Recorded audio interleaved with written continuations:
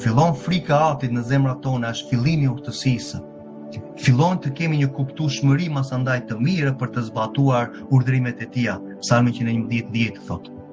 Por sot ne akoma nuk kemi marrë akoma zanafillën, fillimin. Nuk kemi filluar akoma.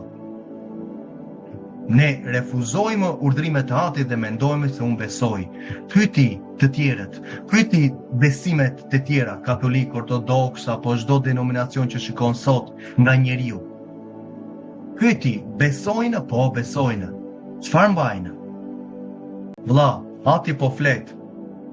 Po flet dhe po gjumon që lartë dhe masandaj e lem kur të dëgjumoj realisht, nuk do ketë vend për të strukur. Ati po thret popullin e Tij të dalim nga paudhësia.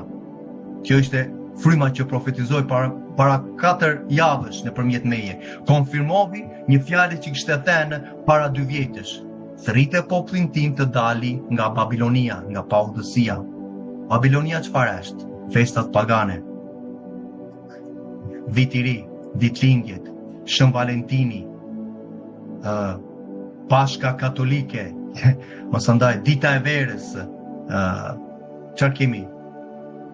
Pentakosti, do ta mbaj se dua fuqinë. Nga dalin ato data, nga kur ke anulluar ligjin që është kalendari i Atit, si do ta llogaritesh 7 shtuna, 7 sabate? Hiç. Çfarë mbajmë tjetër? Vezët që masandaj dilte tjetri në Euronewsin që e kam qortuar hapurazi dhe vazhdoj, por nuk kur ti shikoj përpara, masandaj Ati më ndihmoftë, si dola masandaj në Durrës atë ditë, sa zbres nga makia, sa zbreta nga makina, shikojmë të Jovajt. Ne ishin aty, ndërtesën e tyre, unë në Shkozet.